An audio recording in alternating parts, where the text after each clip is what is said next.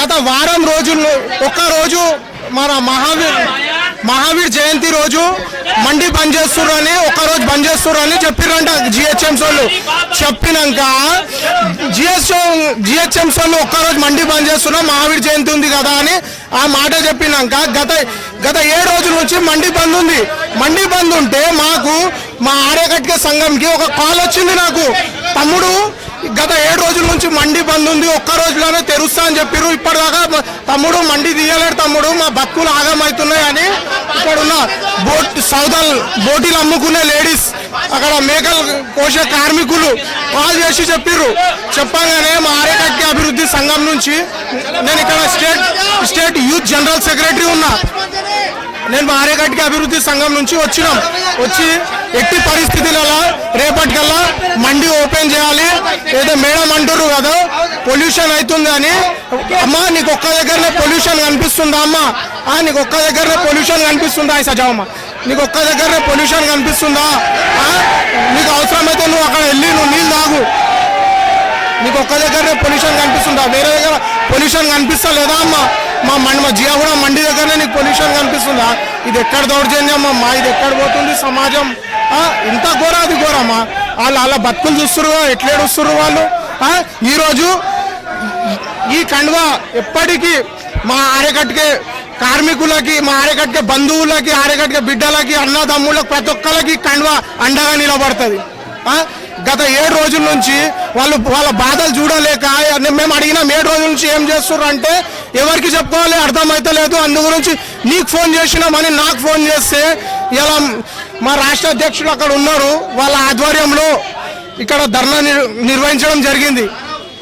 ఇవాళ కూడా నాకు తెలియకుండా వీళ్ళ పరిస్థితి ఏమవుతుండే, వాళ్ళ రెక్కాడితే కానీ డొక్క నిండని బతుకులు, అసొంటోళ్ళ జీవితాలతో అమ్మ మీరు ఆడుకునేది ఎంత ఘోరం, ఎంత దౌర్జన్యం. మా రాష్ట్ర అధ్యక్షులతో మాట్లాడారు. నమస్తే, నేను రాష్ట్ర ఆర్యకట్క అభివృద్ధి సంఘం అధ్యక్షుడు గజ్బెన్కర్ ముంపల్లి అశోక్ దాదా మాట్లాడుతున్నా.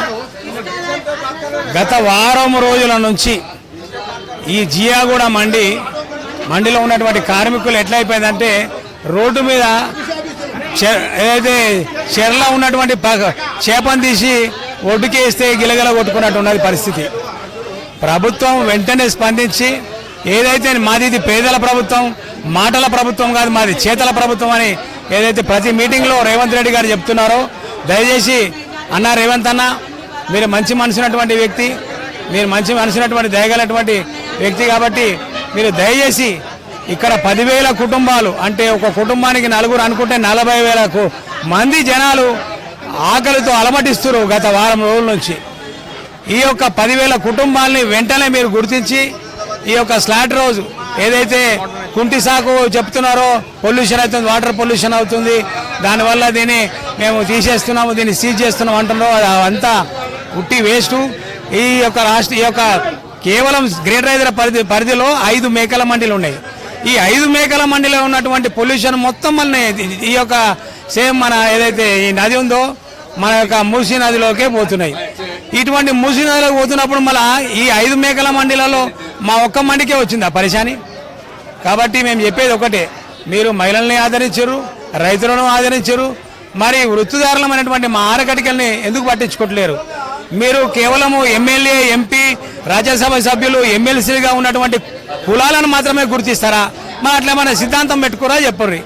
అరే మాకు ఒక ఎమ్మెల్యే గతి లేడు, ఒక ఎమ్మెల్సీ గతి లేడు, మా కులంలో 10 లక్షల మంది మా ఆర్యకట్కలు ఉన్నా కూడా మమ్మల్ని ఓటు బ్యాంకుగా మాత్రమే మీరు వాడుకుంటారు, కానీ మమ్మల్ని ఒక మనుషులుగా గుర్తిస్తలేరు, కేవలం ఓట్లేసే యంత్రాలుగా గుర్తిస్తారు. ఇది అన్యాయం అని మా రాష్ట్ర ఆర్యకట్క అభివృద్ధి సంఘం నుంచి మేము గర్హిస్తున్నాం.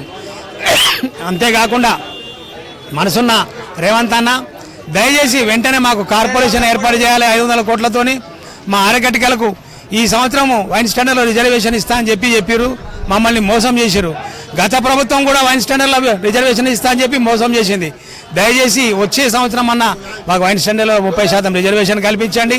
ఇప్పుడు విన్నారు కదా మా బిడ్డల యొక్క ఆర్తనాదాలు, ఒక్కొక్కరు భర్తలు లేనోళ్ళు పిల్లల వాళ్ళ యొక్క చేతుల మీదనే వంట వండి ఇవాళ పొద్దున ఇక్కడ సౌదాలు అమ్ముకుంటే కానీ బతకలేని పరిస్థితులు, అటువంటి విధంగా ఉన్నటువంటి కుటుంబాలు. కాబట్టి ఆ కుటుంబాన్ని మీరు వెంటనే గుర్తించి మా యొక్క ఆరగడిక బిడ్డలనే కాదు, ఇక్కడ అనేక మంది కులాల వాళ్ళు, అనేక మంది మతాల వాళ్ళు కూడా ఇక్కడ వృత్తిని బతుకుతున్నాం. మాకు ఎటువంటి విభేదాలు లేవు. కానీ మీరు మాత్రం మమ్మల్ని ఈ యొక్క జియగూడ మండిని మూసేసి ఈ యొక్క ల్యాండ్ను కబ్జా చేసి దీన్ని మీ యొక్క ప్రైవేట్ వ్యక్తులకు అప్పచెప్పాలని చేస్తున్నటువంటి విషయం మాకు అర్థమవుతుంది. దయచేసి అటువంటి చేస్తే మాత్రం ఖబర్దార్, మేము మాత్రం ఖచ్చితంగా మా యొక్క పేద బిడ్డల వైపు ఉంటాం. మా యొక్క ఆరగడికల యొక్క ఆర్తనాదాలు మీరు వినకుంటే, మా కష్టాలు మీరు పట్టించుకోకపోతే మేము భారీ ఉద్యమాలకు తెరదీస్తామని తెలియజేస్తూ జై ఆరగడిక. Greater Hyderabad meat merchant association की जानिब से ये तमाम एसोसिएशन के लोग जियागुड़े में 8 दिन से मंडी बंद है। ये जो जीएचएमसी की तरफ से जो निर्णय लिया गया है बिल्कुल गलत है। 23 साल से बनाते बनाते बोल के अब तक मंडी नहीं बनाए। हम हुकूमत से एक ही मुतालबा कर रहे हैं, इसके अंदर बीसी के जितने भी लोग आते हैं, आर्यकटी का है, कुरैशी बिरादरी है, यादव समाज है, चरमकास संगम है, ये तमाम लोग मिलजुल के काम करते हैं और पूरे जितने भी है बैकवर्ड क्लास से रिलेटेड है। ये हुकूमत को चाहिए कि जल्द से जल्द जो है ना इस मंडी को बनाने का जो है ना करे। टेम्पररी स्लाटर हाउस तो भी जो है ना यहाँ पर जो है ना जीएचएमसी की तरफ से खोल के जो है ना जल्द से जल्द उनका काम है। ये जो है ना 8 दिन बंद रखने से पूरे लोग परेशान हैं। या 2 जनों की तबीयत खराब हो गई, अभी उनको दवाखाने को भी ले गए। अभी ये अगर ऐसा रहा तो लोग बहुत परेशान है, दुकानदार फिलहाल इतना परेशान है और हमारे जो छिलने वाले हैं, बूटी सेक्शन के हैं, जितने भी लोग हैं, हर आदमी, अंजुमन ताजरीन भी पूरे परेशान है, जो चमड़े जो परचेस करते। तो इसमें जो है ना कोई एक आदमी नहीं है, कम से कम जो है ना 10,000 फैमिलीज इसमें रिलेटेड है। तो हुकूमत को चाहिए इसके ऊपर जल्द से जल्द जो है ना नोट लेके कमिश्नर साहब जो है ना तमाम लोगों को बिठा के बात करके इसके ऊपर जल्द से जल्द हल करना, ये हमारा मुतालबा है। मैं तमाम लोगों से गुजारिश कर रहा हूँ और खास करके रेवंत रेड्डी साहब से और हमारे ऑल इंडिया मजीद इत्तेहाद मुस्लिमीन के अध्यक्ष साहब से मैं गुजारिश कर रहा हूँ कि मंडी को जल्द से जल्द जो ना खोलना। कौसर साहब से भी परसों आगे विजिट करे, कमिश्नर से बात करके इसको जल्द से जल्द बहाल कराए तो बड़ी मेहरबानी होगी। जज़ाकल्लाह खैर, खुदा हाफिज़। తమిళ కార్మికులకు సంబంధించినటువంటిది కొన్ని ఏళ్ల తరబడిగా ఇక్కడ ఉపాధిని, ఇక్కడ వందలాది కుటుంబాలను వాళ్ళ కుటుంబాలను బతకడం కోసం ఇక్కడ ఉపాధిగా మలుచుకొని పనిచేస్తున్నటువంటి కార్మికులను పాలకులు మారుతున్నా ఇక్కడ జేగుడ కమేలకు సంబంధించినటువంటి ఏ పాలకులు మారితే ఈ కమేల మీదనే దుర్మార్గంగా వివరించేటువంటి పద్ధతిలో ఈ రాష్ట్ర ప్రభుత్వం పాల్పడుతుంది. అనేక సందర్భాల్లో ఇతర రాష్ట్ర ప్రభుత్వం అప్పుడు చంద్రబాబు ఉన్నప్పుడు ఆ రోజు కూడా ఇదే దౌర్జన్యం చేసినటువంటి పరిస్థితి.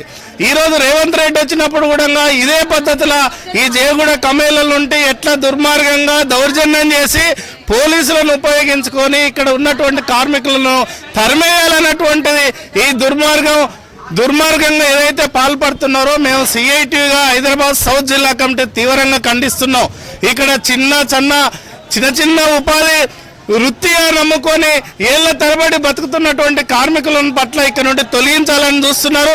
ఇక్కడ ఉన్నటువంటి జిహెచ్ఎంసీ అధికారులు కానీ, పోలీసులు కానీ, రాష్ట్ర ప్రభుత్వం కానీ ఇక్కడ కార్మికులతో చర్చించి సమస్య పరిష్కారం అయ్యేటట్టు చూడాలి. కానీ కార్మికులను దుర్మార్గమైనటువంటి చర్యలకు పాల్పడితే ఊరుకునేటువంటి పరిస్థితి లేదు. రాబోయే కాలంలో ఈ కమేలు నిలబెట్టుకోవడం కోసం వేలాది మందితోటి ఖచ్చితంగా పోరాటం చేసి, దీని గతంలో ఎట్లయితే పోరాటం చేసి కమేలను నిలబెట్టామో మళ్ళీ అదే పోరాటం చేసి ఎంత దుర్మార్గం చర్యలకు ఈ రాష్ట్ర ప్రభుత్వం పాల్పడ్డా ఊరుకునేటువంటి ప్రసక్తి లేదు. ఈ సమస్య పరిష్కారం అయ్యేంత వరకు కమేల తరపున సిఐటి అండగా నిలబడి పోరాటం చేయడానికి మేము అందరం సిద్ధంగా ఉన్నామని ఈ సందర్భంగా రాష్ట్ర ప్రభుత్వానికి డిమాండ్ చేస్తున్నాం.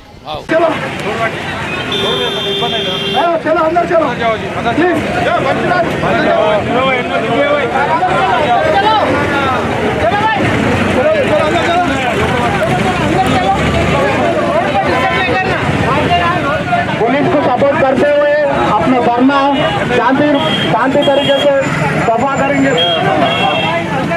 थोड़ा अंदर चलो, थोड़ा अंदर 5 मिनट के लिए थोड़ा अंदर रोड ब्लॉक मत करो। तुम्हारे लिए हम वहाँ आए हुए इधर 1-2 मिनट को सबर करो।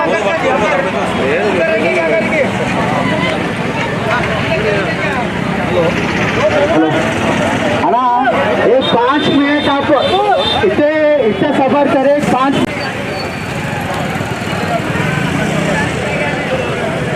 गाड़ी पीछे भाई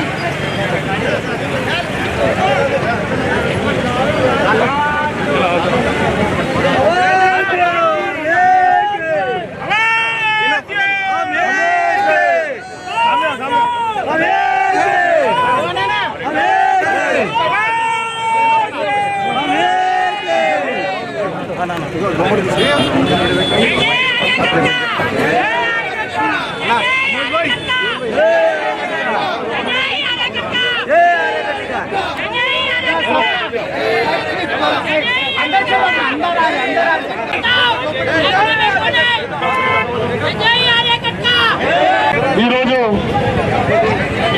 ఆర్యకట్ట సంఘం జియాగూడెం వారి యొక్క పిలుపు మేరకు ఇక్కడ ఆటోను మూసివేసిన సందర్భంగా మేము చేపట్టినటువంటి ధర్నాకు సంఘీభావం తెలపడానికి చేసినటువంటి